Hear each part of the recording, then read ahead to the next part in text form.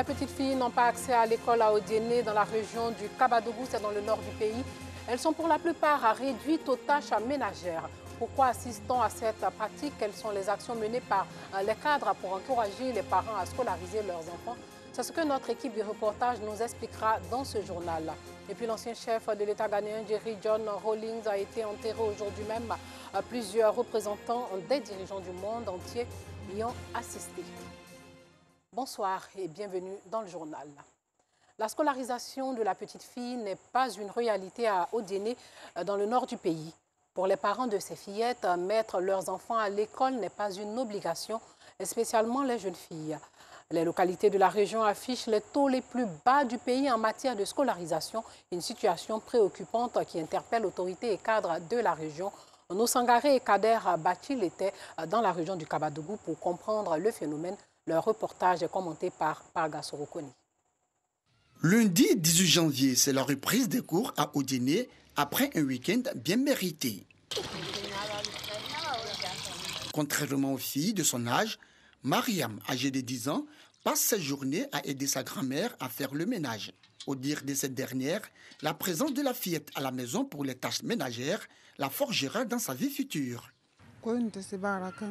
Ses frères vont déjà à l'école. Il faut qu'elle reste à la maison pour m'aider dans mes tâches ménagères. La vie de couple se prépare maintenant et c'est auprès des parents qu'il faut apprendre pour être une bonne femme au foyer demain. Tout comme Mariam, Aïcha n'a jamais connu l'école. Laver les assiettes, faire la cuisine, c'est le rôle assigné à la jeune fille dans la cour des Kouné au quartier Soukourani d'Odiéné. Ma mère va au marché pour ses activités commerciales. C'est donc moi qui m'occupe des tâches ménagères. Les filles avec qui j'ai fait l'enfance sont toutes au collège actuellement. Aujourd'hui, âgée de 15 ans, Aïcha ne sait ni lire ni écrire. Une situation que regrette son père Amadou qui a refusé de la scolariser. Comme c'était femme, je pensais que si femme va à l'école, elle ne peut pas respecter son papa avec sa maman. C'est à cause de ça on n'a pas mis à l'école. La non-scolarisation de la jeune fille est une triste réalité dans la région du Kabadougou. Une situation qui s'explique par les pesanteurs culturels selon Nafo Koulibaly, directeur régional de l'éducation nationale d'Odiéné. Nous sommes en région Malinké. On a coutume de dire que la femme est faite pour être au foyer. Et une femme qui sait lire et écrire, elle peut prendre son indépendance, donc elle aura du mal à se soumettre à son mari. C'est l'une des pesanteurs qui pèse. Et la femme étant faite pour être au foyer, certains parents ne voient même pas encore l'opportunité de les mettre à l'école. Ou même si on les met à l'école quelques années avant, à peine elles atteignent la puberté, on les sort là pour les remarier. La bataille contre les pesanteurs est engagée. En première ligne, les cadres de la région. Aujourd'hui, tout le monde a compris que les filles comme les garçons, c'est important qu'ils partent à l'école. Parce que le premier mari, c'est vraiment le travail. Or, le travail, on ne peut pas l'avoir si aujourd'hui on n'a pas de niveau.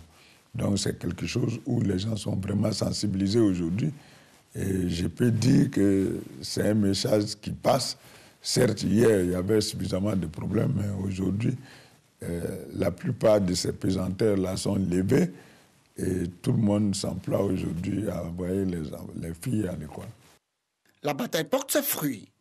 De 16 934 filles inscrites sur un effectif total de 46 143 élèves en 2016, le nombre de filles scolarisées est passé à 18 743 filles sur un effectif de 39 863 élèves en 2019, soit environ 36% en 2016 contre 47% en 2019.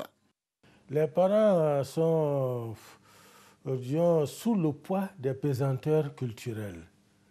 Donc il faut qu'on aille doucement, progressivement, en sensibilisant de jour en jour, alors on parviendra à, disons, à une scolarisation plus massive des filles. Pour faciliter l'accès de la jeune fille à l'école, l'État opte pour la politique de la gratuité de l'école pour tous. Une politique inclusive qui rend l'école obligatoire aux enfants âgés de 6 à 16 ans.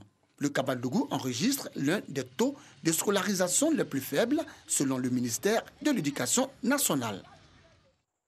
D'éducation, parlons-en, mais cette fois-ci de fraude en milieu scolaire.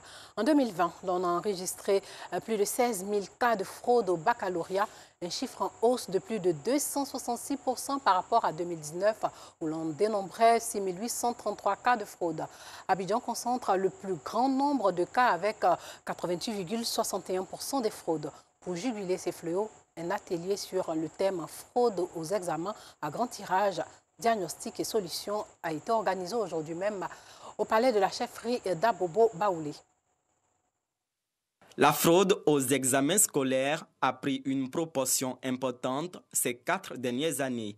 De 383 cas de fraude en 2017 au baccalauréat, l'Éducation nationale enregistre 16 428 cas en 2020. Et les supports de communication numérique tels que WhatsApp représentent plus de 90% des cas de fraude. La DREN Abidjan 4, qui couvre les communes d'Abobo et Agnaman, tire la sonnette d'alarme. Chaque année, nous constatons que le nombre de cas de fraude augmente au cours des examens en général et malheureusement aussi au niveau de la DREN Abidjan 4. Et c'est pour cela que nous avons jugé utile d'organiser ce séminaire qui a rassemblé tous les acteurs, de telle sorte que chacun prenne conscience de l'ampleur du danger et que nous puissions nous mettre véritablement à lutter ensemble contre ce fléau. La Commission nationale de discipline a sanctionné 605 personnes, dont 550 dans le privé et 55 dans le public en 2020. Les sanctions varient entre 1 et 5 ans d'interdiction. Quelqu'un qu'on prend avec une feuille venant du dehors, c'est 1 an. Celui qui a le portable, c'est intransigeant, c'est 5 ans. Celui qui prend la copie de son camarade pour copier, c'est 5 ans. Copie semblable, c'est 5 ans. Dans nos centres, il y a aussi les représentants de la loi. Les gendarmes, les policiers, s'ils font la procédure et que le procureur veut bien se saisir de l'affaire, il peut avoir des gens qui peuvent aller en prison. La directrice des écoles, lycées et collèges, Mme Begreyao Nyamien, invite les acteurs éducatifs à s'engager pleinement pour éradiquer ce fléau de la fraude aux examens afin de valoriser les diplômes. Recouvrer 51 milliards de francs CFA, c'est l'objectif que s'assigne la Direction générale des impôts au titre de l'année 2021. Elle peut donc compter sur la Direction régionale des impôts de San Pedro pour atteindre cet objectif, d'autant plus qu'elle a été classée meilleure direction de l'intérieur du pays en 2020 avec une recette de plus de 34 milliards de francs CFA à réaliser. Sam Kona. La direction régionale des impôts de San Pedro classée meilleure direction de l'intérieur du pays au titre de l'année 2020 avec une performance de 34,4 milliards de francs CFA. C'est le directeur régional des impôts, Silué Lassina, qui a donné l'information au cours d'un séminaire bilan de 2020. Pour la gestion au titre de l'année 2020, nous avons réalisé 34,4 milliards contre 33,5 milliards encaissés au cours de l'année 2019, soit un écart positif de 862 millions, ce qui représente un taux de progression de 2,57%. Ce résultat doit être amélioré selon la direction générale.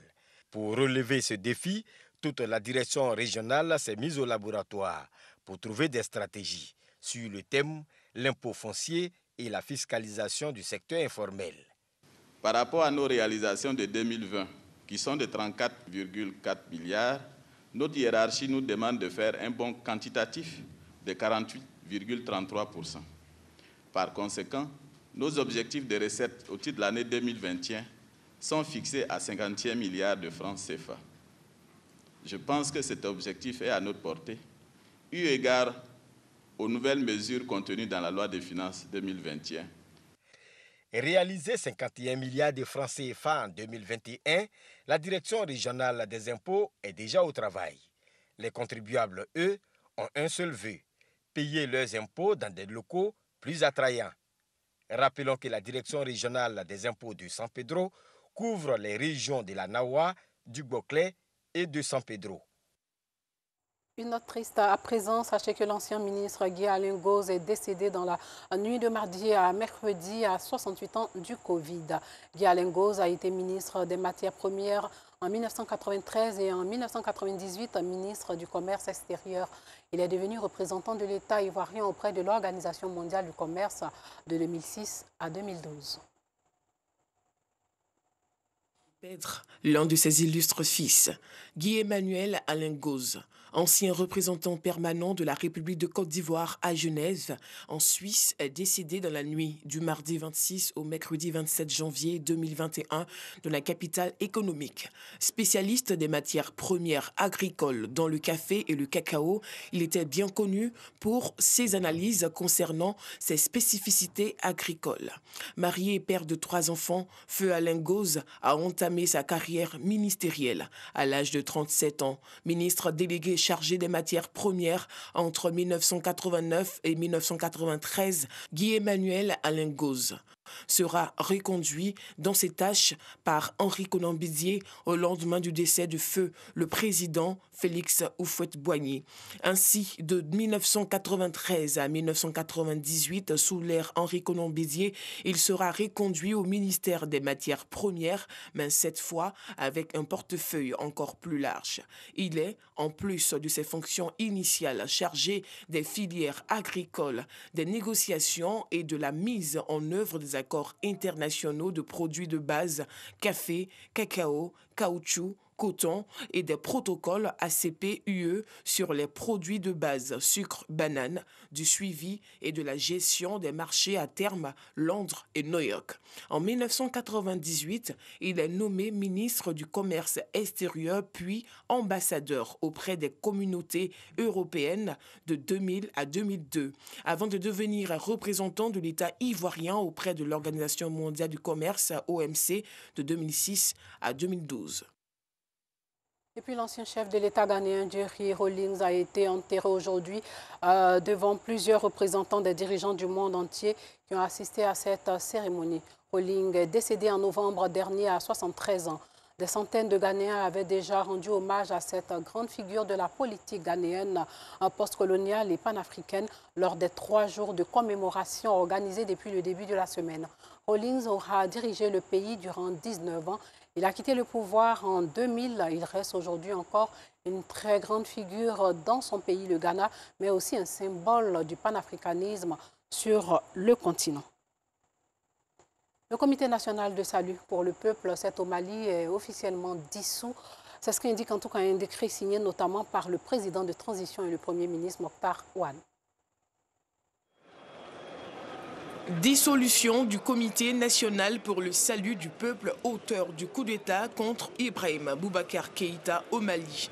Ce décret de dissolution de la junte militaire créée le 19 août 2020 a été signé le 18 janvier 2021 par le président de la transition Ba Ndao, le Premier ministre Mokhtar Ouane et par plusieurs membres du gouvernement. La dissolution du CNSP était l'une des recommandations du sommet extraordinaire des chefs d'État et de gouvernement de la CEDEAO courant janvier. Son annonce coïncide avec la visite du président de transition en France.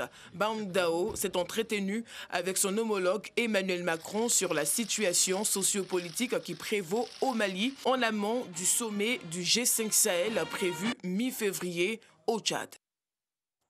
6e édition du CHAN 2021, le Maroc et le Rwanda sont en quart de finale. Le Togo, lui, est éliminé. Le reportage de Didier Nguessan. C'est fait, le Rwanda obtient son sésame pour les quarts de finale de la 6e édition du championnat d'Afrique des Nations.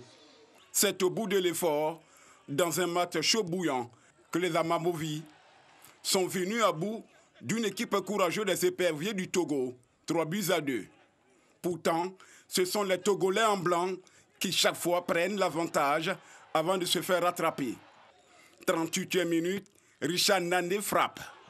Sur cette tête, Olivier Niamzima va ajuster Abdul Moubarak Aïba pour l'égalisation. 60e minute, le Togo repart de plus belle grâce à Bilali Akoro. Mais la joie est de courte durée, puisque Jacques Tizengue remet encore les pendules à l'heure. Finalement, Ce mano à mano est remporté par les Amavubi. Dans l'autre rencontre, le Maroc n'a fait qu'une bouchée de l'Ouganda 5-2. Même scénario que dans la première opposition, les Ougandais sont les premiers à provoquer la colère des Lions de l'Atlas suite à ce but d'Ibrahim Horit à la 25e minute. La suite est catastrophique. La panique gagne le camp des jaunes, noirs et blancs. Les buts vont s'enchaîner de partout dans les buts de Chalou Congo. C'était un commentaire de Patrick Dadier. Voilà, c'est tout pour ce soir. Merci de nous avoir suivis.